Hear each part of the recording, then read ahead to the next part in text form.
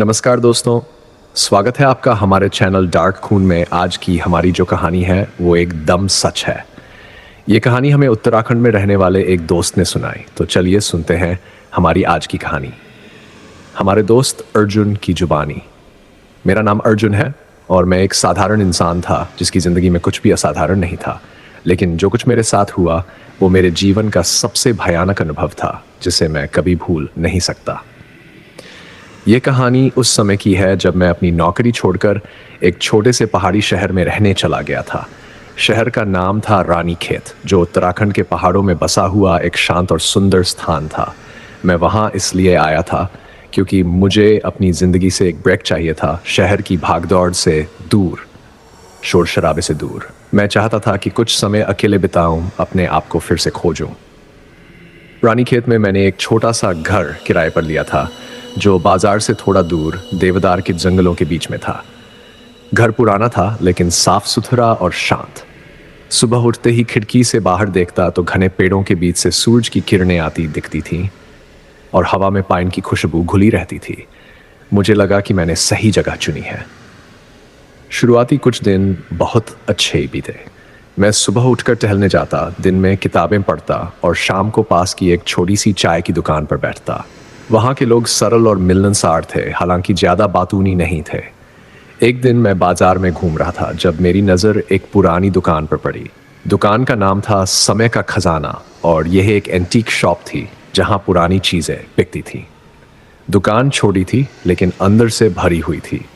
दीवारों पर पुराने फोटो फ्रेम्स लटके थे, कोनों में टूटे फूटे फर्नीचर रखे थे और अलमारियों में तरह तरह की पुरानी चीज़ें सजी हुई थी। मुझे पुरानी चीज़ों में दिलचस्पी थी, इसलिए मैं अंदर चला गया।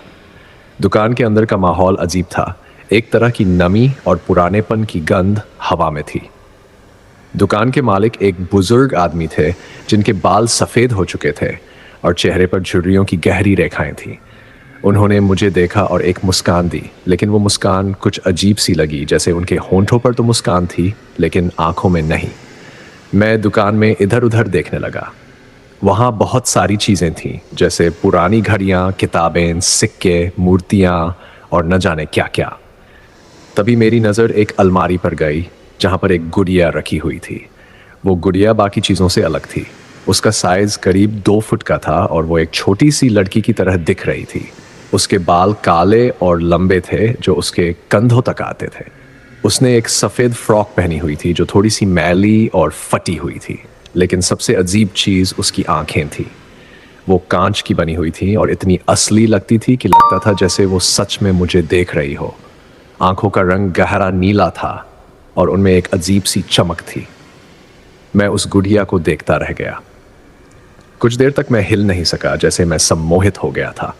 मुझे लगा कि वो गुड़िया की आंखें मुझे बुला रही हैं, जैसे वो चाहती हो कि मैं उसे अपने साथ ले जाऊं। ये एहसास बहुत अजीब था और मुझे समझ नहीं आ रहा था कि मैं ऐसा क्यों सोच रहा हूं। तभी दुकान के मालिक मेरे पास आए। उन्होंने धीरे से कहा कि ये गुड़िया बहुत पुरानी है और किसी ज़माने में किसी अमीर घराने की थी। उन्होंने बताया कि यह गुड़िया करीब 100 साल पुरानी है और इसे जर्मनी से मंगवाया गया था। मैंने उनसे पूछा कि इसकी कीमत क्या है। उन्होंने एक पल के लिए मुझे देखा और फिर बोले कि मैं इसे बहुत कम कीमत में ले सकता हूं क्योंकि ये काफ़ी समय से यहाँ पड़ी हुई है और कोई इसे खरीदना नहीं चाहता। मैंने सोचा कि ये गुड़िया मेरे घर में अच्छी लगेगी और शायद ये मेरे अकेलेपन को थोड़ा कम कर देगी। मुझे नहीं पता था कि मैं कितनी बड़ी गलती करने जा रहा हूँ। मैंने दुकानदार को पैसे दिए और गुड़िया को एक पुराने कपड़े में लपेटकर अपने साथ ले आया।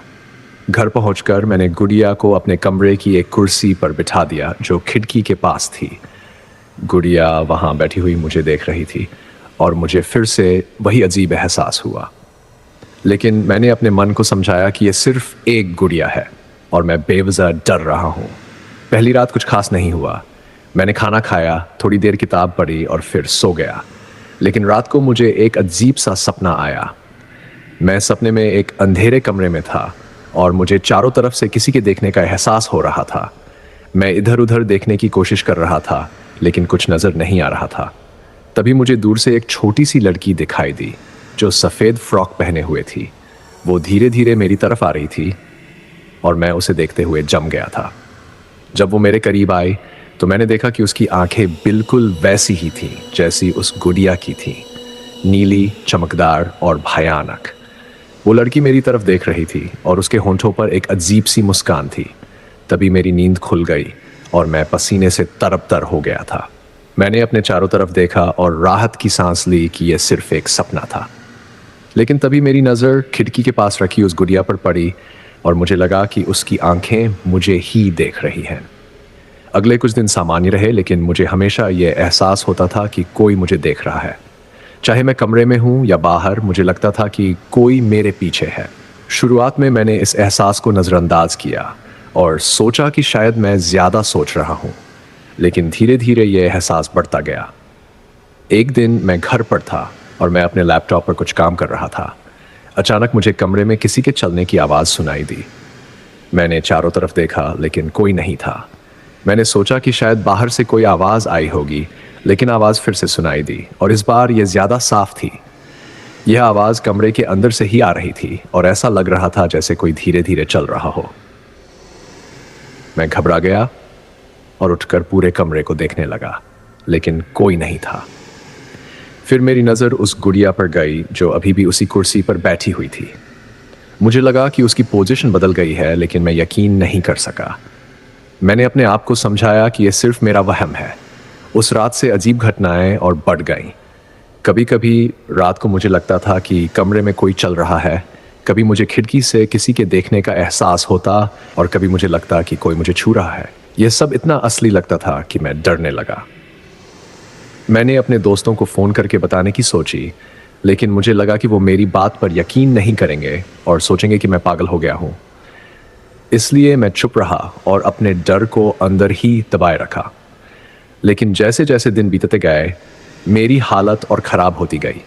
मुझे नींद नहीं आती थी, मैं खाना ठीक से नहीं खा पाता था और मेरा दिमाग हमेशा उस गुड़िया के बारे में ही सोचता रहता था।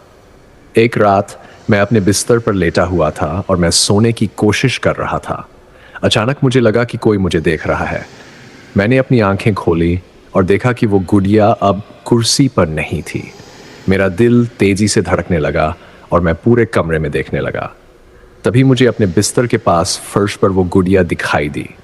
वो वहाँ लेटी हुई थी और उसकी आंखें सीधे मुझे देख रही थीं। मैं इतना डर गया कि मैं बिस्तर से उठ नहीं सका। मैं बस वहीं लेटा रहा और उस गुड़िया को देखता रहा।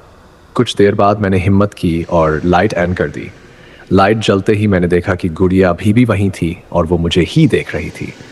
मैंने झटके से गुड़िया को उठाया और उसे वापस कुर्सी पर रख दिया। मेरे हाथ कांप रहे थे और मेरा पूरा शरीर पसीने से भीग गया था। उस रात मैं सो नहीं सका और सुबह तक जागता रहा। अगले दिन मैंने सोचा कि शायद मुझे इस गुड़िया को वापस कर देना चाहिए। मैं उस एंटीक शॉप पर गया, लेकिन दुकान बंद थी। मैंने पास की दुकानों में पूछा तो पता चला कि दुकान के मालिक कुछ दिनों के लिए बाहर गए हुए हैं। मुझे कोई चारा नहीं दिखा और मैं वापस घर आ गया। मैंने सोचा कि शायद मैं गुड़िया को किसी स्टोर रूम में बंद कर दूं जहां मुझे वो दिखाई न दे। लेकिन जब मैं घर पहुंचा तो मुझे एहसास हुआ कि मेरे घर में कोई स्टोर रूम नहीं था। मैंने गुड़िया को एक अलमारी में रखने की कोशिश की, लेकिन जब मैं उसे उठाने गया तो मुझे लगा कि वो भारी हो गई है। पहले वो इतनी भारी नहीं थी, लेकिन अब मुझे उठाने में मुश्किल हो रही थी। मैं हैरान था, लेकिन किसी तरह मैंने उसे अलमारी में रख दिया और दरवाज़ा बंद कर दिया। उस रात मुझे फिर से वही सपना आया, अंधेरा कमरा और वो लड़की जो मेरी तरफ आ रही थी। लेकिन इस बार वो और करीब आई और उसने अपना हाथ मेरी तरफ बढ़ाया। उसका हाथ ठंडा था और मैं उसे छूते ही जम गया। उसने मेरे चेहरे को छुआ और फिर मेरे कान के पास आकर कुछ फुसफुसाया। उसकी आवाज़ इतनी धीमी थी कि मैं समझ नहीं पाया कि वो क्या कह रही है, लेकिन उसके शब्दों में एक अजीब सी खिंचाव थी, जैसे वो मुझे अपनी तरफ खींच रही हो। मैं उससे दूर भागने की कोशिश कर रहा था, लेकिन मेरे पैर नहीं हिल रहे थे। तभी मैं जाग गया और मुझे अपने कान के पास एक ठंडी सी हवा का एहसास हुआ। मैंने चारों तरफ देखा, लेकिन कोई नहीं था, लेकिन मुझे यकीन था कि कुछ तो है जो मेरे साथ है। अगले कुछ दिनों में मेरी हालत और भी ख़राब हो गई। मैं कमज़ोर हो रहा था, मेरा वज़न कम हो रहा था और मेरी आंखों के नीचे काले घेरे हो गए थे। मैं ठीक से सो नहीं पा रहा था और हर रात मुझे वही सपना आता था।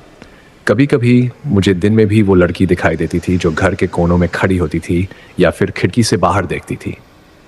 मैं समझ गया था कि ये सिर्फ मेरा वहम नहीं है, बल्कि कुछ और है। मुझे लगने लगा कि वो गुड़िया मेरे साथ कुछ कर रही है और मैं उसके जाल में फंस गया हूँ।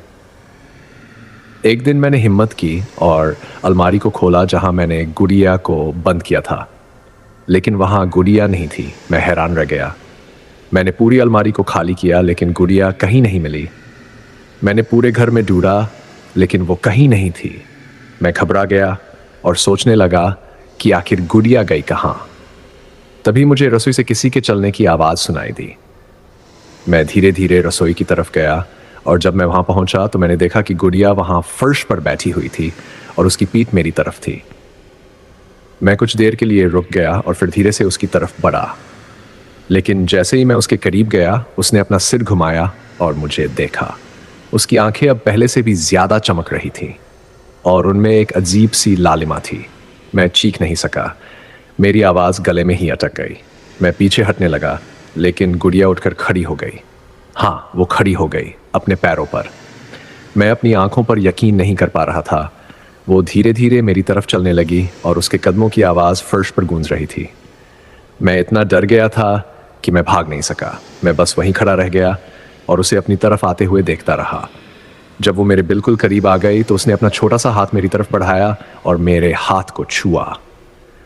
उसका स्पर्श इतना ठंडा था कि मुझे लगा जैसे मेरे शरीर में बर्फ भर गई हो। उसने मुझे देखा और फिर धीरे से मुस्कुराई। वो मुस्कान इतनी भयानक थी कि मैं चीख पड़ा।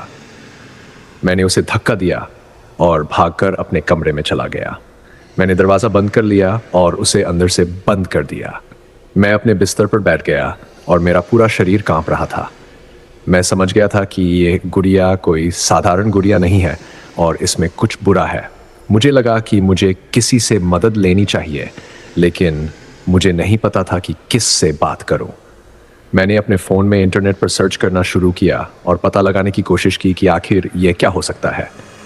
मुझे कुछ कहानियाँ मिली जिनमें पुरानी गुड़ियों के बारे में बताया गया था, जिनमें आत्माएं बसी हुई होती हैं। कुछ कहानियों में बताया गया था कि इन गुड़ियों को बनाने के लिए ऐसी चीज़ों का इस्तेमाल किया जाता था जो मृत लोगों से जुड़ी होती थी और इसलिए उन गुड़ियों में वो आत्माएं रह जाती थीं। मुझे यकीन नहीं हो रहा था कि यह सब सच हो सकता है, लेकिन जो कुछ मेरे साथ हो रहा था वो किसी भी तर्क से परे था। उस रात मैं अपने कमरे में ही रहा और दरवाज़ा बंद रखा। मुझे लगातार ये एहसास हो रहा था कि गुड़िया बाहर है और वो अंदर आने की कोशिश कर रही है। मुझे दरवाजे पर खरोंचने की आवाज़ सुनाई दे रही थी और कभी कभी दरवाजे की हैंडल हिलती थी।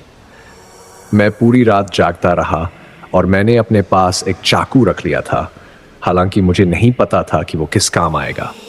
सुबह होते ही मैं बाहर निकला और देखा कि गुड़िया वहाँ नहीं थी। मुझे थोड़ी राहत मिली, लेकिन मैं जानता था कि यह सिर्फ एक अस्थायी शांति है। मुझे गुड़िया से छुटकारा पाना था और वो भी जल्द से जल्द। मैंने सोचा कि शायद मुझे किसी धार्मिक व्यक्ति से मदद लेनी चाहिए। मैं अपने पड़ोस में रहने वाले एक बुजुर्ग व्यक्ति के पास गया, जिनके बारे में मैंने सुना था कि वो ऐसी चीज़ों के बारे में जानते हैं। उनका नाम रामदीन काका था और वो एक सेवानिवृत्त स्कूल टीचर थे। मैंने उन्हें अपनी पूरी कहानी सुनाई और उन्होंने बहुत ध्यान से सुना। जब मैं अपनी बात पूरी कर चुका तो उन्होंने एक गहरी सांस ली और कहा कि उन्हें लगता है कि मैं किसी बुरी आत्मा के प्रभाव में आ गया हूँ। उन्होंने बताया कि कभी कभी पुरानी चीज़ों में आत्माएं बसी होती हैं, खासकर वो चीज़ें जो किसी दुखद घटना से जुड़ी होती हैं। उन्होंने कहा कि मुझे उस गुड़िया को जलाना चाहिए या फिर किसी पवित्र जगह पर दफनाना चाहिए। मैंने उनकी बात मानने का फैसला किया। मैं घर वापस आया और गुड़िया को ढूंढने लगा। मैंने पूरे घर को फिर से ढूंढा और इस बार मुझे गुड़िया अपने ही कमरे में खिड़की के पास उसी कुर्सी पर बैठी हुई मिली जहां मैंने उसे पहली बार रखा था। ये देखकर मुझे और भी ज़्यादा डर लगा, क्योंकि मैं जानता था कि मैंने उसे वहां नहीं रखा था। ऐसा लग रहा था जैसे वो खुद ही वहां जाकर बैठ गई हो। मैंने हिम्मत की और उस गुड़िया को उठाने की कोशिश की, लेकिन जैसे ही मैंने उसे छुआ मुझे एक तेज झटका लगा, जैसे किसी ने मुझे बिजली का करंट मार दिया हो। मेरा हाथ छनछना उठा और मैं पीछे हट गया। मैं कुछ देर के लिए रुका और फिर मैंने एक मोटे कपड़े से गुड़िया को करने की कोशिश की। इस बार मुझे झटका नहीं लगा और मैं गुड़िया को उठा सका। मैंने उसे एक पुराने बैग में डाला और घर से बाहर निकल गया। मेरा इरादा था कि मैं उसे जंगल में ले जाकर जला दूंगा। मैं देवदार के जंगल की तरफ चल पड़ा जो मेरे घर से थोड़ा दूर था। रास्ते में मुझे लगातार यह एहसास हो रहा था कि कोई मेरे पीछे चल रहा है। मैं बार बार पीछे मुड़कर देखता था लेकिन कोई नहीं था। हवा में एक अजीब सी ठंडक थी, हालांकि मौसम गर्म था। पेड़ों की पत्तियां हिल रही थी और उनकी सरसराहट मुझे और भी ज्यादा डरा रही थी। जंगल में पहुंचकर मैंने एक खाली जगह ढूंढी जहां पर मैं आग जला सकता था। मैंने सूखी लकड़ियां इकट्ठा की और उन्हें एक जगह पर रख दिया। फिर मैंने बैग से गुड़िया को निकाला और उसे लकड़ियों के ऊपर रख दिया। गुड़िया को देखते हुए मुझे एक अजीब सा एहसास हुआ, जैसे वो मुझसे कुछ कहना चाह रही हो।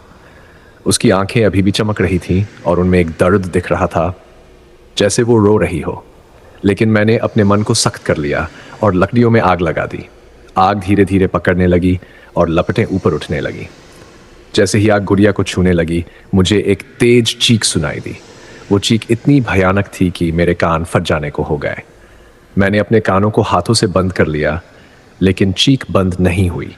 वो लगातार गूंजती रही और मुझे लगा जैसे वो मेरे दिमाग के अंदर से आ रही हो। गुड़िया आग में जल रही थी और उसका कपड़ा पिघलने लगा था। उसके बाल जल गए थे और उसका चेहरा काला पड़ने लगा था, लेकिन उसकी आंखें अभी भी चमक रही थीं और वो मुझे देख रही थी। मैं डर गया था, लेकिन मैं वहीं खड़ा रहा और देखता रहा कि गुड़िया पूरी तरह से जल जाए। कुछ देर बाद चीख बंद हो गई और सब कुछ शांत हो गया। गुड़िया अब सिर्फ राख का एक ढेर थी और उसकी आंखें भी पिघल गई थीं। मुझे थोड़ी राहत मिली और मैंने सोचा कि अब सब कुछ ठीक हो जाएगा। मैं वापस घर की तरफ चल पड़ा और रास्ते में मुझे एक हल्कापन महसूस हुआ, जैसे एक बोझ मेरे कंधों से उतर गया हो। घर पहुंचकर मैंने अपने कमरे की खिड़की खोली और ताज़ी हवा अंदर आने दी। मुझे लगा कि अब सब कुछ सामान्य हो जाएगा और मैं अपनी ज़िंदगी को पहले जैसा जी सकूंगा। उस रात मैं आराम से सोया और मुझे कोई सपना नहीं आया। सुबह उठकर मुझे बहुत अच्छा लगा और मैंने सोचा कि शायद मेरा बुरा समय खत्म हो गया है, लेकिन मैं कितना गलत था। अगले कुछ दिन सामान्य रहे, लेकिन फिर धीरे धीरे वही एहसास वापस आने लगा। मुझे फिर से लगने लगा कि कोई मुझे देख रहा है और रात को मुझे फिर से अजीब आवाज़ें सुनाई देने लगीं। एक रात मैं अपने बिस्तर पर लेटा हुआ था और मैं सोने की कोशिश कर रहा था। अचानक मुझे कमरे में किसी के सांस लेने की आवाज़ सुनाई दी। मैंने अपनी आंखें खोली और देखा कि एक छाया मेरे बिस्तर के पास खड़ी है।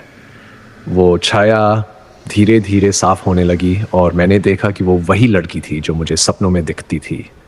वो सफ़ेद फ्रॉक पहने हुए थी और उसकी आंखें वही नीली चमकदार आंखें थीं।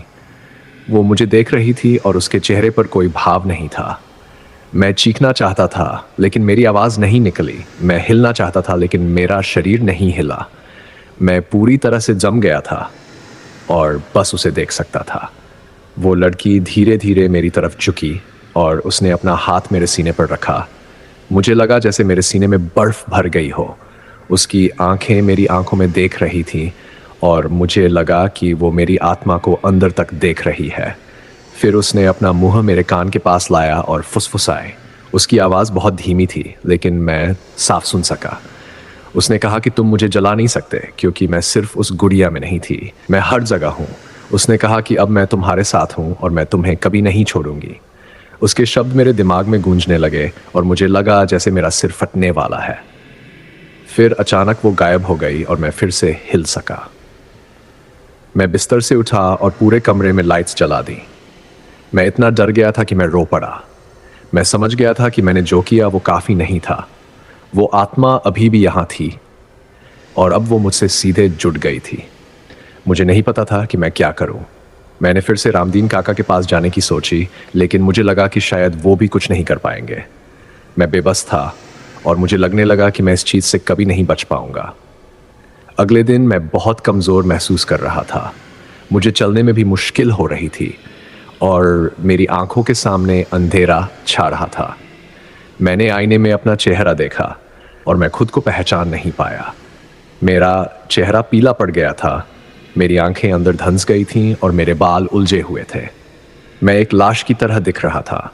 मुझे लगा कि यह आत्मा धीरे धीरे मुझे खत्म कर रही है और जल्द ही मैं भी मर जाऊंगा। मैं अपने परिवार से बात करना चाहता था, लेकिन मैं नहीं चाहता था कि वो चिंता करें। मैंने अपने भाई को एक मैसेज भेजा और कहा कि मैं ठीक हूं और जल्द ही घर आऊंगा, लेकिन मुझे खुद पता था कि यह झूठ था। उस रात मुझे फिर से वही सपना आया, लेकिन इस बार वो और भी भयानक था। मैं उसी अंधेरे कमरे में था, लेकिन अब वो कमरा और भी बड़ा लग रहा था। मैं इधर उधर भाग रहा था और किसी तरह बाहर निकलने का रास्ता ढूंढ रहा था, लेकिन हर तरफ सिर्फ अंधेरा था। तभी मुझे वो लड़की दिखाई दी, लेकिन इस बार वो अकेली नहीं थी।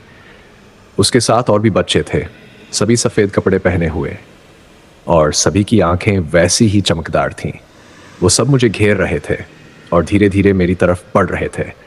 मैं चीख रहा था और उनसे दूर भागने की कोशिश कर रहा था, लेकिन वो मेरे और करीब आते जा रहे थे। जब वो मेरे बिल्कुल पास आ गए तो उन सभी ने एक साथ अपने हाथ मेरी तरफ बढ़ाए और मुझे छू लिया। उनका स्पर्श इतना ठंडा था कि मुझे लगा जैसे मेरा शरीर बर्फ बन गया हो। मैं जाग गया और मुझे लगा कि मैं सांस नहीं ले पा रहा हूँ। मेरा गला सूख गया था और मेरे सीने में दर्द हो रहा था। मैंने पानी पीने की कोशिश की, लेकिन मैं गिलास तक नहीं पकड़ पाया। मेरे हाथ इतने कमज़ोर हो गए थे कि मैं कुछ भी नहीं उठा सकता था। मुझे लगा कि अब मेरा अंत करीब है और मैं जल्द ही मर जाऊंगा। मैं अपने बिस्तर पर लेट गया और आंखें बंद कर ली। मैं सोच रहा था कि शायद मौत ही मेरे लिए सबसे अच्छा विकल्प है, क्योंकि अब मैं और नहीं सह सकता था। लेकिन तभी मुझे एक आवाज़ सुनाई दी। यह आवाज़ किसी महिला की थी और वो बहुत दूर से आ रही थी। मैंने अपनी आंखें खोली और देखा कि मेरे कमरे में एक रोशनी थी। वो रोशनी धीरे धीरे तेज होने लगी और उसमें से एक आकृति निकली। वो एक बुजुर्ग महिला थी जिसके बाल सफ़ेद थे और चेहरे पर एक शांत मुस्कान थी। उसने मुझे देखा और कहा कि डरो मत, मैं तुम्हारी मदद करने आई हूँ। मैं हैरान था और मुझे समझ नहीं आ रहा था कि ये कौन है। उसने कहा कि वो इस जगह की रक्षक है और वो यहाँ की बुरी आत्माओं को काबू में रखती है। उसने बताया कि जो गुड़िया मैंने खरीदी थी उसमें एक बहुत पुरानी और बुरी आत्मा थी जो सालों से उस गुड़िया में फंसी हुई थी। उस महिला ने कहा कि वो आत्मा एक छोटी लड़की की है जो बहुत साल पहले एक दुखद घटना में मर गई थी। उस लड़की के माता पिता ने उसकी याद में एक गुड़िया बनवाई थी और उसमें लड़की के बालों का एक टुकड़ा रखा था, लेकिन उन दुख इतना गहरा था कि उनकी भावनाएं उस गुड़िया में बस गई और धीरे धीरे वो गुड़िया एक शापित वस्तु बन गई। लड़की की आत्मा उस गुड़िया में फंस गई और वो लोगों को अपनी तरफ खींचने लगी। जो भी उस गुड़िया को अपने पास रखता था वो धीरे धीरे कमज़ोर होता जाता था और आखिर में उसकी मौत हो जाती थी। उस महिला ने बताया कि मैं इस श्राप का शिकार हो गया हूँ और अगर मैं जल्द ही कुछ नहीं करूँगा तो मैं भी मर जाऊँगा। मैंने उससे पूछा कि मैं क्या कर सकता हूँ। उसने कहा कि मुझे उस जगह पर जाना होगा जहाँ से वो गुड़िया आई थी और वहाँ मुझे उस लड़की की आत्मा को शांत करना होगा। उसने कहा कि वो लड़की अकेली है और वो चाहती है कि कोई उसे याद करे और उसके लिए प्रार्थना करे। अगर मैं ऐसा करूँगा तो वो आत्मा शांत हो जाएगी और मुझे छोड़ देगी। मैंने पूछा कि वो जगह कहाँ है, तो उसने बताया कि वो एक पुराना घर है जो रानीखेत कुछ किलोमीटर दूर है। उस घर में वो लड़की रहती थी और वहीं उसकी मौत हुई थी। मैंने उससे पूछा कि मैं वहाँ कैसे पहुँचूँ, तो उसने कहा कि वो मुझे रास्ता दिखा देगी। अगले दिन सुबह मैं उठा और मुझे थोड़ी ताकत महसूस हुई। मैंने तैयारी की और उस घर की तलाश में निकल पड़ा।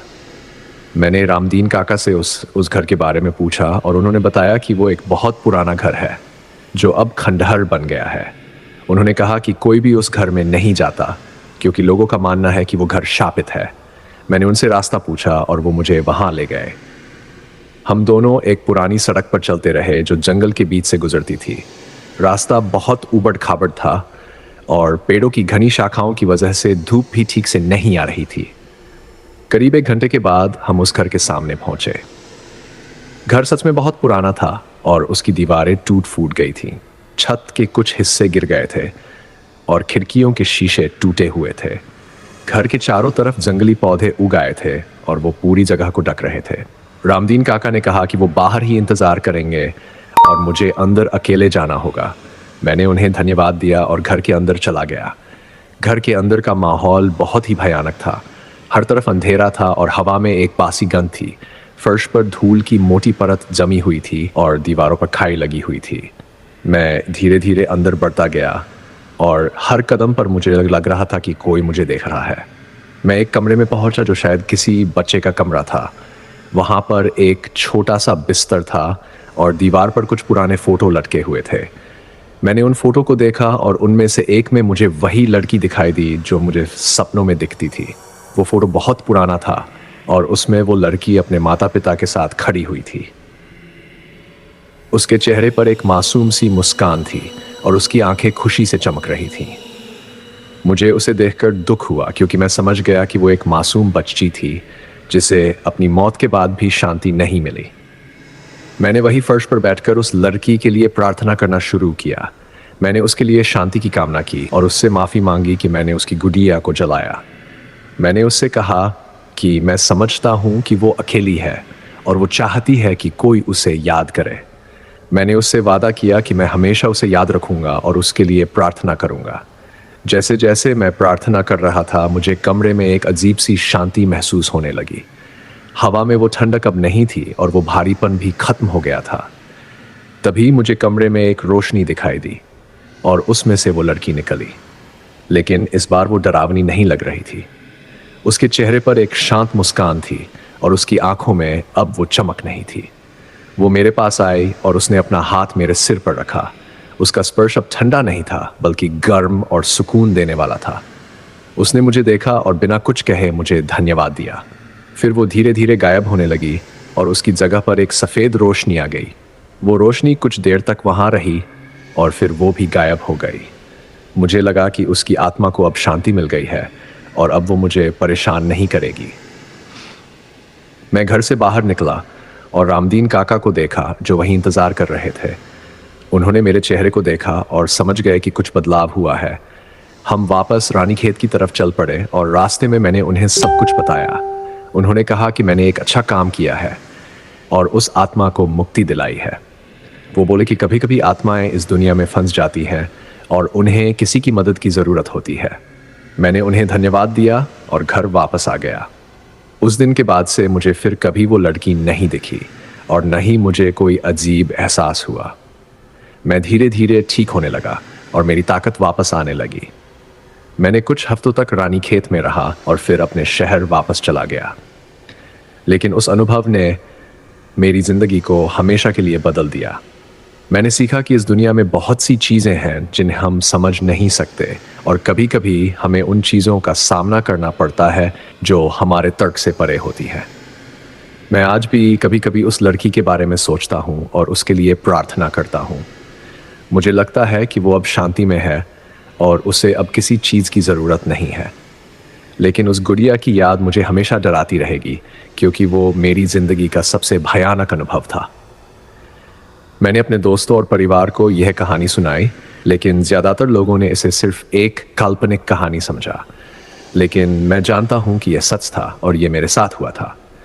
कुछ महीने बीत गए और मैं अपनी सामान्य ज़िंदगी में वापस आ गया। मैंने फिर से नौकरी शुरू की और अपने दोस्तों के साथ समय बिताने लगा। लेकिन मेरे अंदर एक बदलाव आ गया था। मेरे अंदर एक पहले से ज़्यादा संवेदनशील हो गया था और मुझे अब ऐसी चीज़ें महसूस होने लगी थी जो पहले कभी नहीं होती थी। कभी कभी मुझे किसी जगह पर जाते ही अजीब सा एहसास होता था, जैसे वहाँ कुछ गड़बड़ है। कभी कभी मुझे लगता था कि मैं किसी की मौजूदगी को महसूस कर सकता हूँ, हालांकि वहाँ कोई नहीं होता था। मेरे दोस्त कहते थे कि शायद मैं ज़्यादा सोच रहा हूँ, लेकिन मैं जानता था कि ये कुछ और था। एक दिन मैं अपने ऑफिस में था और मैं अपने काम में व्यस्त था। तभी मेरे एक सहकर्मी ने मुझसे कहा कि उसे एक पुरानी चीज़ मिली है और वो मुझे दिखाना चाहता है। मैं उसके साथ कैंटीन में गया और उसने मुझे एक छोटा सा लकड़ी का बक्सा दिखाया। उसने बताया कि यह बक्सा उसे अपने दादा के पुराने सामान में मिला था और उसके अंदर कुछ अजीब चीज़ें हैं। मैंने उस बक्से को देखा और मुझे तुरंत एक अजीब सा एहसास हुआ। मुझे लगा कि उस बक्से से कुछ गलत है और मुझे उससे दूर रहना चाहिए। मैंने अपने सहकर्मी को कहा कि वो उस बक्से को ना खोले और उसे वापस वहीं रख दे जहाँ से उसने उसे निकाला था। लेकिन उसने मेरी बात नहीं मानी और कहा कि मैं डरपोक हूँ। कुछ दिनों बाद मुझे पता चला कि वो सहकर्मी बीमार हो गया है और उसे अस्पताल में भर्ती करना पड़ा है। मैं उससे मिलने गया और उसने मुझे बताया कि जब से उसने वो बक्सा खोला है तब से उसके साथ अजीब चीज़ें हो रही हैं। उसे रात को नींद नहीं आती, उसे अजीब सपने आते हैं और उसे लगता है कि कोई उसे देख रहा है। मैंने उससे कहा कि वो उस बक्से को किसी धार्मिक जगह पर दान कर दे या फिर किसी पंडित से उसका शुद्धिकरण करवा ले। उसने मेरी बात मानी और कुछ दिनों बाद वो ठीक हो गया। इस घटना ने मुझे फिर से याद दिला दिया कि पुरानी चीज़ों के साथ कितना खतरा हो सकता है। मैंने तय किया कि मैं अब कभी भी किसी पुरानी या अनजान चीज़ को अपने पास नहीं रखूंगा। मैं समझ गया था कि इस दुनिया में कुछ चीज़ें ऐसी होती हैं जो बुरी ऊर्जा से भरी होती हैं और वो हमें नुकसान पहुंचा सकती हैं। मैंने अपने जीवन में सादगी को अपनाया और सिर्फ उन्हीं चीज़ों को अपने पास रखा जो ज़रूरी थी। मैं अब ज़्यादा सतर्क रहने लगा और किसी भी अजीब चीज़ से दूर रहने की कोशिश करता था। कुछ साल बीत गए और मेरी ज़िंदगी सामान्य हो गई। मैंने शादी कर ली और एक अच्छी नौकरी पा ली।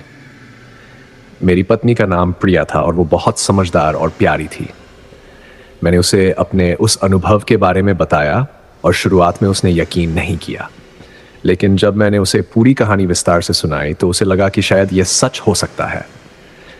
उसने मुझसे वादा किया कि वो भी किसी पुरानी चीज़ को घर में नहीं लाएगी और हम दोनों ने एक शांत और सुरक्षित जिंदगी जीने का फैसला किया। एक दिन हम दोनों एक एंटीक मेले में घूमने गए थे। वहां पर बहुत सारी पुरानी चीज़ें बिक रही थी और लोग उन्हें बड़े शौक से खरीद रहे थे। प्रिया को पुरानी चीज़ों में दिलचस्पी थी, इसलिए वो अलग अलग स्टॉल्स पर जाकर चीज़ें देख रही थी।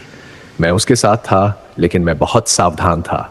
मैं हर चीज़ को देखता था और उसकी ऊर्जा को महसूस करने की कोशिश करता था।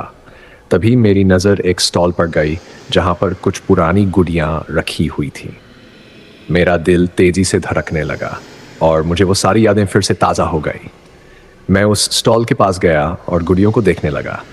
वहाँ पर अलग अलग तरह की गुड़ियाँ थीं, कुछ छोटी, कुछ बड़ी, कुछ रंगीन और कुछ सादी। लेकिन उनमें से एक गुड़िया मुझे बहुत परिचित लगी। वो एक छोटी सी गुड़िया थी जिसके बाल काले थे और उसने एक सफ़ेद फ्रॉक पहनी हुई थी।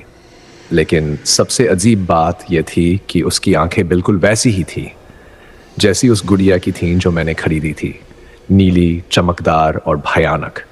मैं उस गुड़िया को देखता रह गया और मुझे लगा कि ये वही गुड़िया है या फिर उसी तरह की कोई और गुड़िया है। मैंने स्टॉल के मालिक से पूछा कि ये गुड़िया कहाँ से आई है। उसने बताया कि ये गुड़िया उसे एक पुराने घर से मिली है जो रानीखेत में है। मेरे रोंगटे खड़े हो गए और मैं तुरंत समझ गया कि यह कोई साधारण संयोग नहीं है। मैंने उससे पूछा कि क्या उस घर में कोई रहता था, तो उसने बताया कि नहीं, वो घर खाली है और बहुत पुराना है। मैंने उससे कहा कि वो इस गुड़िया को न बेचे और इसे किसी धार्मिक जगह पर दान कर दे। उसने मुझे अजीब नज़रों से देखा और कहा कि यह सिर्फ एक गुड़िया है और इसमें कुछ गलत नहीं है। मैंने उसे समझाने की कोशिश की, लेकिन वो मेरी बात नहीं माना। मैं प्रिया के साथ वहाँ से चला आया, लेकिन मेरा मन बहुत परेशान था। मुझे लगने लगा कि शायद उस लड़की की आत्मा अभी भी इस दुनिया में है और वो अलग अलग चीज़ों के माध्यम से लोगों तक पहुँच रही है। मैंने प्रिया को सब कुछ बताया और उसने मुझसे कहा कि हमें कुछ करना चाहिए। हम दोनों ने तय किया कि हम रामदीन काका से मिलेंगे और उनसे सलाह लेंगे। अगले हफ्ते हम दोनों रानीखेत गए और रामदीन काका से मिले।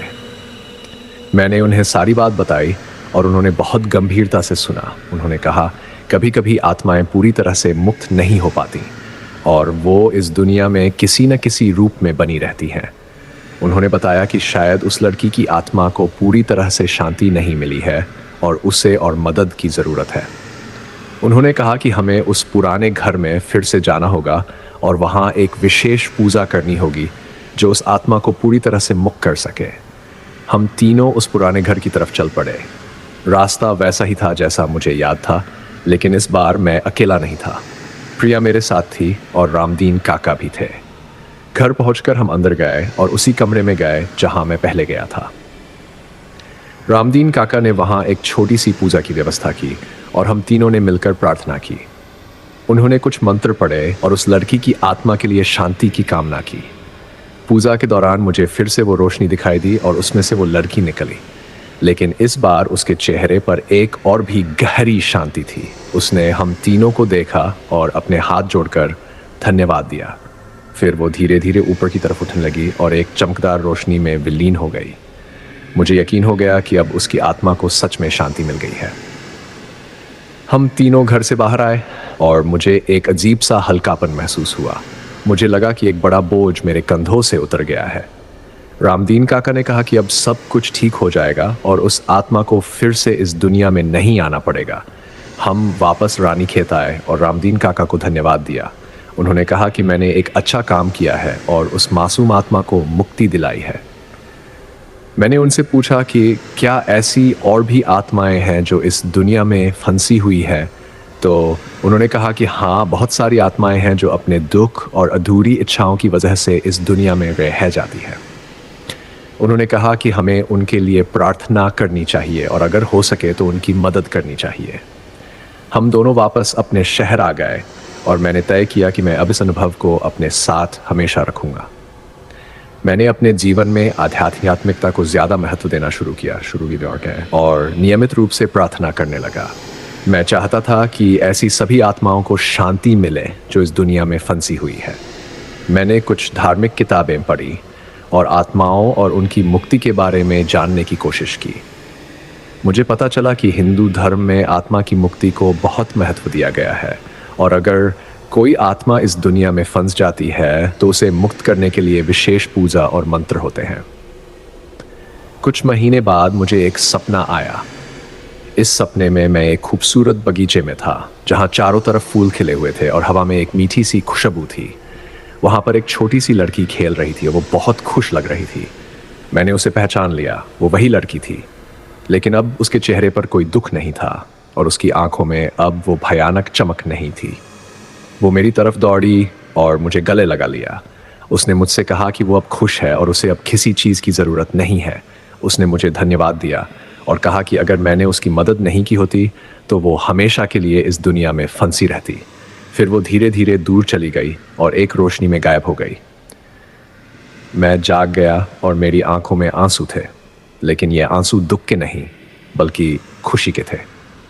उस दिन के बाद से मुझे फिर कभी वो लड़की नहीं दिखी और नहीं मुझे कोई अजीब सपना आया। मैं समझ गया कि उसकी आत्मा को अब सच में शांति मिल गई है और वो अब एक बेहतर जगह पर है। मैंने प्रिया को अपना सपना बताया और वो भी बहुत खुश हुई। हम दोनों ने तय किया कि हम हर साल उस लड़की के लिए एक विशेष पूजा करेंगे और उसकी याद में कुछ दान करेंगे। हमने एक अनाथालय में कुछ गुड़ियाँ और खिलौने दान किए और वहाँ के बच्चों के साथ समय बिताया। मुझे लगा कि ये उस लड़की के लिए सबसे अच्छी श्रद्धांजलि होगी। समय बीतता गया और मेरी जिंदगी में बहुत सारे बदलाव आए। मेरे एक बेटा हुआ और मैंने उसे अर्जुन जूनियर नाम दिया। वो बहुत प्यारा और समझदार बच्चा था। जब वो थोड़ा बड़ा हुआ तो मैंने उसे अपनी कहानी सुनाई। मैंने उसे बताया कि इस दुनिया में बहुत सारी चीज़ें हैं जो हमारी समझ से परे हैं और हमें हमेशा सावधान रहना चाहिए। मैंने उसे यह भी बताया कि हमें हमेशा दूसरों की मदद करनी चाहिए, चाहे वो जीवित हों या फिर आत्मा के रूप में हों। उसने मेरी बात ध्यान से सुनी और कहा कि वो भी मेरी तरह बनना चाहता है। कुछ साल बाद मुझे फिर से रानी खेत जाने का मौका मिला। इस बार मैं अपने पूरे परिवार के साथ गया और हम उस पुराने घर को देखने गए। लेकिन जब हम वहाँ पहुँचे तो हमें पता चला कि वो घर अब वहाँ नहीं है। उसकी जगह पर अब एक छोटा सा मंदिर बन गया है जो भगवान शिव को समर्पित है। मंदिर के पुजारी ने हमें बताया कि कुछ साल पहले वो घर गिर गया था और फिर स्थानीय लोगों ने मिलकर वहाँ एक मंदिर बनाया। उन्होंने कहा कि अब वो जगह बहुत शांत और पवित्र है और लोग वहाँ प्रार्थना करने आते हैं। मुझे बहुत खुशी हुई ये सुनकर, क्योंकि मुझे लगा कि अब उस जगह पर कोई बुरी ऊर्जा नहीं है। हमने मंदिर में प्रार्थना की और उस लड़की के लिए भी प्रार्थना की। मैंने अपने बेटे को उस लड़की की कहानी सुनाई और उसे बताया कि कैसे उसकी आत्मा को मुक्ति मिली। मेरे बेटे ने कहा कि वो भी उस लड़की के लिए प्रार्थना करेगा और उसे कभी नहीं भूलेगा। हमने वहाँ कुछ समय बिताया और फिर वापस अपने होटल आ गए। उस रात मुझे फिर से एक सपना आया। इस बार मैं उसी बगीचे में था जहाँ मैंने पहले उस लड़की को देखा था, लेकिन अब वो अकेली नहीं थी। उसके साथ बहुत सारे बच्चे थे और वो सब खेल रहे थे। वो सब बहुत खुश दिख रहे थे और उनकी हंसी की आवाज़ पूरे बगीचे में गूंज रही थी। वो लड़की मेरी तरफ देखी और मुस्कुराई। उसने अपना हाथ हिलाया जैसे वो मुझे अलविदा कह रही हो। मैंने भी उसे हाथ हिलाया और मुस्कुराया। फिर मैं जाग गया और मुझे एक गहरी शांति महसूस हुई। मैं समझ गया कि यह सपना एक संदेश था जो मुझे बता रहा था कि अब सब कुछ ठीक है। उस लड़की की आत्मा को अब पूरी तरह से मुक्ति मिल गई है और वो अब एक खुशहाल जगह पर है। मुझे अपने किए पर गर्व महसूस हुआ क्योंकि मैं जानता था कि मैंने एक मासूम आत्मा को मुक्त करने में मदद की है। ये मेरे जीवन का सबसे बड़ा और सबसे महत्वपूर्ण काम था। आज जब मैं अपने जीवन को पीछे मुड़कर देखता हूँ तो मुझे वो सारी यादें याद आती हैं। वो गुड़िया, वो भयानक रातें, वो अजीब सपने और वो लड़की। लेकिन अब मुझे डर नहीं लगता, बल्कि एक संतोष मिलता है। मैं जानता हूं कि मैंने कुछ अच्छा किया है और उस अच्छाई का असर हमेशा रहेगा। मैंने अपने बेटे को यह सीख दी है कि हमें हमेशा दूसरों की मदद करनी चाहिए और किसी को भी तकलीफ में नहीं छोड़ना चाहिए, चाहे वो जीवित हो या फिर आत्मा के रूप में हो। कभी कभी मैं सोचता हूं कि अगर मैंने उस दिन वो गुड़िया नहीं खरीदी होती तो क्या होता। शायद मेरी जिंदगी बिल्कुल अलग होती। लेकिन फिर मैं सोचता हूं कि शायद यह सब एक कारण से हुआ था। शायद मुझे ही उस लड़की की मदद करनी थी और इसलिए वो गुड़िया मेरे पास आई। शायद ये मेरी नियति थी और मैंने अपनी नियति को पूरा किया। यह सोचकर मुझे एक गहरी शांति मिलती है और मैं अपने जीवन से संतुष्ट हूं। लेकिन मैं ये भी जानता हूं कि इस दुनिया में अभी भी बहुत सारी आत्माएं हैं जो फंसी हुई हैं और उन्हें मदद की ज़रूरत है। कभी कभी मैं सोचता हूं कि शायद मुझे उनकी भी मदद करनी चाहिए। लेकिन फिर मैं अपने परिवार के बारे में सोचता हूं और समझ जाता हूं कि मेरी पहली जिम्मेदारी उनके प्रति है।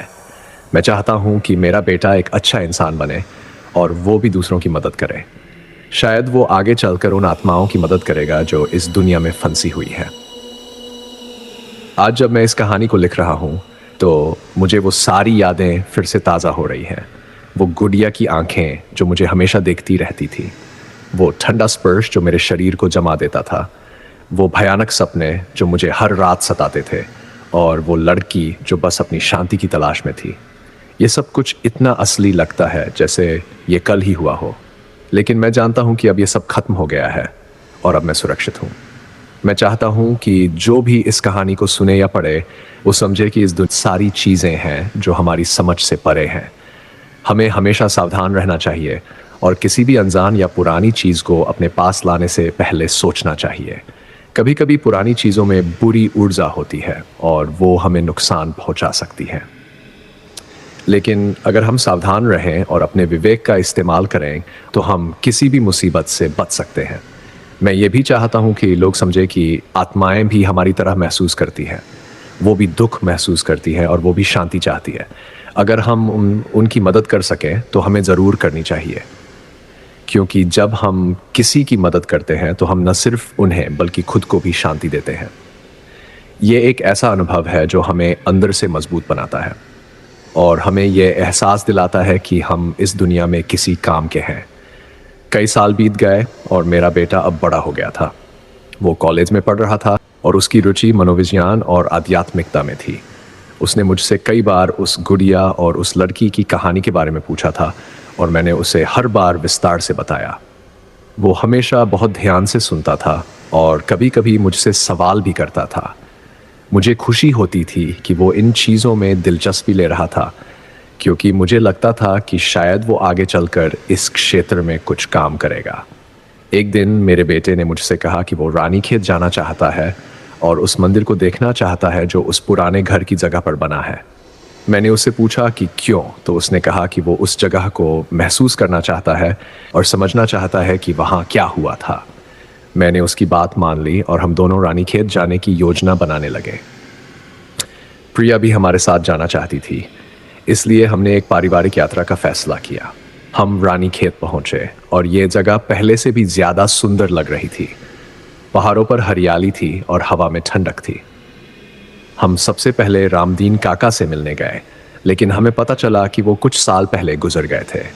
ये सुनकर मुझे बहुत दुख हुआ, क्योंकि वो एक बहुत अच्छे इंसान थे और उन्होंने मेरी बहुत मदद की थी।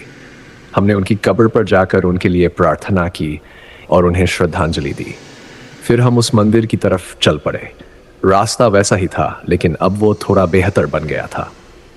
जब हम मंदिर पहुंचे तो मेरे बेटे ने चारों तरफ देखा और वहाँ की ऊर्जा को महसूस करने की कोशिश की। उसने मुझसे कहा कि वो एक बहुत शांत और सकारात्मक ऊर्जा महसूस कर रहा है और उसे लग रहा है कि ये जगह अब पवित्र हो गई है। हमने मंदिर में प्रार्थना की और उस लड़की के लिए भी प्रार्थना की।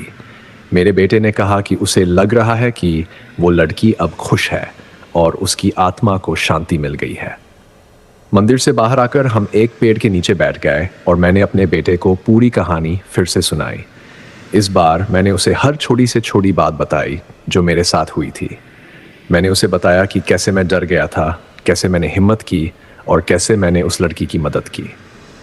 मेरे बेटे ने बहुत ध्यान से सुना और फिर उसने मुझसे कहा कि उसे मुझ पर गर्व है और वो भी मेरी तरह बनना चाहता है। उसने कहा कि वो भी आगे चलकर लोगों की मदद करना चाहता है, चाहे वो जीवित हों या फिर आत्मा के रूप में हों। हम तीनों कुछ देर वहाँ बैठे रहे और उस जगह की शांति को महसूस करते रहे। मुझे लगा कि ये यात्रा बहुत ज़रूरी थी, क्योंकि इससे मेरे बेटे को ये समझ आया कि जीवन में कुछ चीज़ें हमारी समझ से परे होती हैं और हमें उनका सम्मान करना चाहिए। उसने मुझसे वादा किया कि वो हमेशा सावधान रहेगा और किसी भी अनजान चीज़ को अपने पास लाने से पहले सोचेगा। मुझे खुशी हुई कि मेरा बेटा इतना समझदार हो गया है और वो जीवन की गहराई को समझने की कोशिश कर रहा है। वापस अपने शहर आकर हम तीनों ने अपनी सामान्य ज़िंदगी में वापस आ गए, लेकिन उस यात्रा ने हम सभी पर एक गहरा प्रभाव डाला था। प्रिया ने कहा कि उसे अब उस लड़की के बारे में और भी ज़्यादा सहानुभूति हो रही है और वो भी उसके लिए नियमित रूप से प्रार्थना करना चाहती है। हमने तय किया कि हम हर महीने एक दिन उस लड़की के लिए समर्पित करेंगे और उस दिन हम किसी अनाथालय या वृद्धाश्रम में जाकर लोगों की मदद करेंगे। यह हमारा तरीका था उस लड़की को याद रखने का और उसकी आत्मा के लिए शांति की कामना करने का। कुछ महीने बाद मेरे बेटे ने मुझसे कहा कि उसने अपने कॉलेज में एक प्रोजेक्ट शुरू किया है जिसमें वो भारतीय संस्कृति में आत्माओं और उनकी मुक्ति के बारे में रिसर्च कर रहा है। उसने कहा कि वो ये समझना चाहता है कि अलग अलग संस्कृतियों में आत्माओं को कैसे देखा जाता है और उनकी मुक्ति के लिए क्या किया जाता है। मुझे बहुत खुशी हुई कि मेरा बेटा इस विषय में इतनी रुचि ले रहा है और वो इसे गंभीरता से ले रहा है। मैंने उसकी हर संभव मदद की और उसे अपने अनुभव के बारे में विस्तार से बताया। उसके प्रोजेक्ट के दौरान हमने कई दिलचस्प बातें जानी। हमें पता चला कि हिंदू धर्म में आत्मा की मुक्ति को मोक्ष कहा जाता है और ये जीवन का अंतिम लक्ष्य माना जाता है।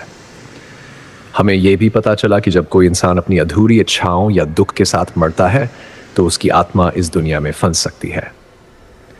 इसलिए हिंदू धर्म में मृत्यु के बाद कई तरह की पूजा और संस्कार किए जाते हैं ताकि आत्मा को शांति मिल सके और वो अगले जन्म के लिए तैयार हो सके।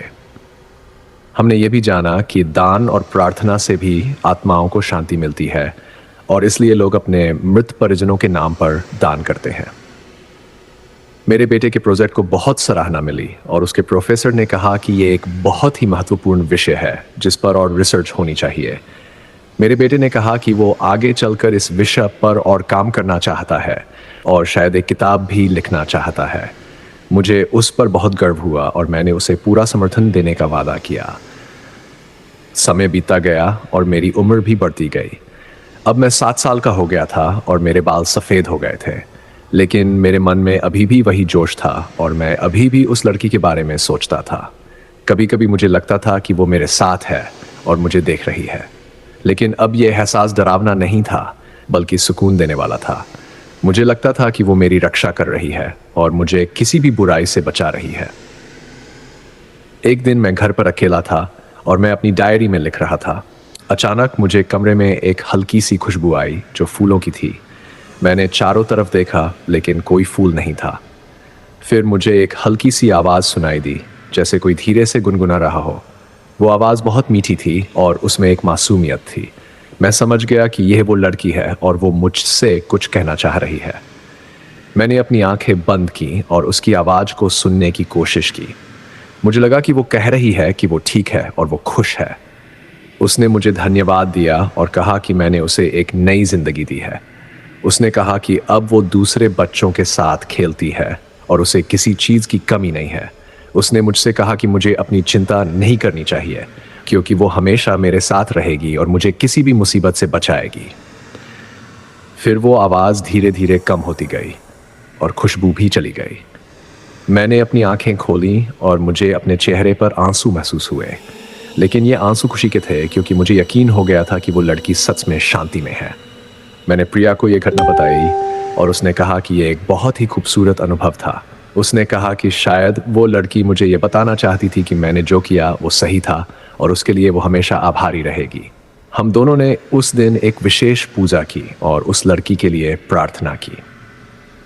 हमने अनाथालय में कुछ चीज़ें दान की और वहाँ के बच्चों के साथ समय बिताया। मुझे लगा कि यह सब करके मैं उस लड़की को सच्ची श्रद्धांजलि दे रहा हूँ। अब मेरी ज़िंदगी के आखिरी दिन करीब आ रहे हैं और मैं इस कहानी को लिख रहा हूँ ताकि जो भी इसे पढ़े या सुने वो समझ सके कि इस दुनिया में बहुत कुछ है जो हमारी समझ से परे है। मैं चाहता हूँ कि लोग समझें कि आत्माएं सिर्फ डरावनी नहीं होती, बल्कि कभी कभी वो बस मदद की तलाश में होती है। अगर हम उनकी मदद कर सकें तो हमें ज़रूर करनी चाहिए, क्योंकि ये हमारा मानवीय कर्तव्य है। मैं ये भी चाहता हूँ कि लोग सावधान रहें और किसी भी पुरानी या अनजान चीज़ को अपने पास लाने से पहले सोचें। कभी कभी इन चीज़ों में बुरी ऊर्जा होती है और वो हमें नुकसान पहुँचा सकती है, लेकिन अगर हम अपने विवेक का इस्तेमाल करें और अपनी अंतरात्मा की सुने तो हम किसी भी मुसीबत से बच सकते हैं। मेरे बेटे ने वादा किया है कि वो मेरी इस कहानी को आगे बढ़ाएगा और लोगों को इसके बारे में बताएगा। उसने कहा है कि वो एक किताब लिखेगा जिसमें वो इस कहानी को शामिल करेगा और लोगों को बताएगा कि कैसे हम आत्माओं की मदद कर सकते हैं। मुझे उस पर पूरा भरोसा है और मुझे यकीन है कि वो अच्छा काम करेगा। जब मैं अपनी ज़िंदगी को पीछे मुड़कर देखता हूँ तो मुझे कोई पछतावा नहीं है। मैंने एक अच्छी ज़िंदगी जी है और मैंने लोगों की मदद की है। सबसे बड़ी बात यह है कि मैंने एक मासूम आत्मा को मुक्ति दिलाई और ये मेरे जीवन का सबसे बड़ा काम है। मुझे यकीन है कि जब मेरा समय आएगा तो वो लड़की मेरा इंतज़ार कर रही होगी और हम फिर से मिलेंगे, लेकिन इस बार हम दोस्तों की तरह मिलेंगे और हम एक साथ खुशी से समय बिताएंगे। ये मेरी कहानी है और ये एक सच्ची कहानी है। मैं चाहता हूँ कि जो भी इसे सुने या पढ़े वो इससे कुछ सीखे और अपने जीवन में इसे लागू करे। जीवन बहुत छोटा है और हमें इसे अच्छे कामों में बिताना चाहिए। हमें हमेशा दूसरों की मदद करनी चाहिए, चाहे वो जीवित हो या फिर आत्मा के रूप में हो, क्योंकि अंत में यही काम याद रहते हैं और यही हमारे जीवन को सार्थक बनाते हैं। आज जब मैं इन शब्दों को लिख रहा हूँ तो मुझे फिर से वही खुशबू आ रही है और मुझे लग रहा है कि वो लड़की मेरे पास है। वो मुझे देख रही है और मुस्कुरा रही है। मुझे लग रहा है कि वो मुझे कह रही है कि मैंने अच्छा किया और वो मुझसे खुश है। ये एहसास मुझे बहुत सुकून देता है और मुझे लगता है कि मेरी ज़िंदगी सफल रही है। मैं नहीं जानता कि मेरे पास कितना समय बचा है, लेकिन मैं जानता हूँ कि जो भी समय बचा है मैं उसे अच्छे कामों में बिताऊंगा। मैं और लोगों की मदद करूँगा और उन आत्माओं के लिए प्रार्थना करूँगा जो इस दुनिया में फंसी हुई है। ये मेरा जीवन का उद्देश्य है और मैं इसे पूरा करने की पूरी कोशिश करूँगा। अंत में मैं बस यही कहना चाहता हूँ कि इस दुनिया में प्यार और करुणा की बहुत ज़रूरत है। हमें हमेशा दूसरों के प्रति दयालु होना चाहिए और उनकी मदद करनी चाहिए, चाहे वो जीवित हों या मृत। हर किसी को प्यार और सम्मान की ज़रूरत होती है। अगर हम ये समझ लें तो ये दुनिया एक बेहतर जगह बन सकती है। और उस गुड़िया के बारे में जिसकी आंखें इंसानों को देखती नहीं निगल जाती थीं, अब वो गुड़िया नहीं रही और उसकी जगह पर सिर्फ एक खूबसूरत याद है, एक मासूम लड़की की याद जिसे आखिरकार अपनी शांति मिल गई। और यही इस कहानी का सबसे बड़ा सबक है कि हर आत्मा को शांति मिलनी चाहिए और हम सभी को यह सुनिश्चित करने के लिए अपना योगदान देना चाहिए। मेरी कहानी यही समाप्त होती है, लेकिन वो लड़की की कहानी और उसकी शांति की कहानी हमेशा के लिए मेरे दिल में रहेगी। और मुझे यकीन है कि जब मेरा अंतिम समय आएगा तो वो मेरा हाथ पकड़कर मुझे एक नई दुनिया में ले जाएगी, जहाँ कोई दुख नहीं है, कोई डर नहीं है, बस शांति और खुशी है। और वहाँ हम दोनों साथ रहेंगे हमेशा के लिए। ये थी मेरी कहानी। ये थी गुड़िया की आंखों की कहानी और ये थी एक मासूम आत्मा की मुक्ति की कहानी। मुझे उम्मीद है कि इस कहानी ने आपको कुछ सिखाया होगा और आपको यह एहसास दिलाया होगा कि इस दुनिया में बहुत कुछ है जो हमारी समझ से परे है। लेकिन अगर हम खुले दिल और खुले दिमाग से इसे देखें तो हम बहुत कुछ सीख सकते हैं और अपने जीवन को सार्थक बना सकते हैं। अलविदा, और याद रखें, हमेशा दयालु बने, हमेशा मददगार बने और हमेशा विश्वास रखें कि अच्छाई की जीत होती है। चाहे कितना भी अंधेरा हो, रोशनी हमेशा आती है, और चाहे कितनी भी मुश्किलें हो, प्यार और करुणा हमेशा रास्ता दिखाती है। ये कहानी समाप्त होती है, लेकिन इसका संदेश हमेशा के लिए रहेगा।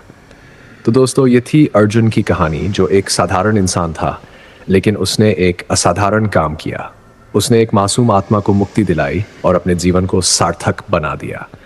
ये कहानी हमें ये सिखाती है कि इस दुनिया में बहुत कुछ है जो हमारी समझ से परे है। पुरानी चीज़ों में कभी कभी सिर्फ यादें नहीं, बल्कि अधूरी कहानियां भी छुपी होती हैं। और कभी कभी किसी आत्मा को बस इतना ही चाहिए होता है कि कोई उसे याद रखे, कोई उसके लिए प्रार्थना करे। अगर कभी आपको किसी पुरानी गुड़िया की आंखें आपको घूरती हुई लगे, तो याद रखिएगा, वो शायद आपको निगलना नहीं, बल्कि बस अपनी कहानी सुनाना चाहती है। अगर आपको ये कहानी पसंद आई हो तो लाइक करना मत भूलिएगा और चैनल को सब्सक्राइब ज़रूर कीजिएगा। कमेंट में बताइए कि आप इस कहानी के बारे में क्या सोचते हैं और क्या आपके साथ भी कभी कोई ऐसा अनुभव हुआ है। याद रखिए, अंधेरे में डरिए मत, बल्कि रोशनी बनिए, और हमेशा दयालु बनिए, क्योंकि आप नहीं जानते कि किससे आपकी मदद की ज़रूरत है। मिलते हैं अगली डरावनी कहानी में। तब तक के लिए सावधान रहिए और अपनी आंखें खुली रखिए, क्योंकि कुछ चीज़ें सिर्फ दिखती नहीं, महसूस होती है। धन्यवाद।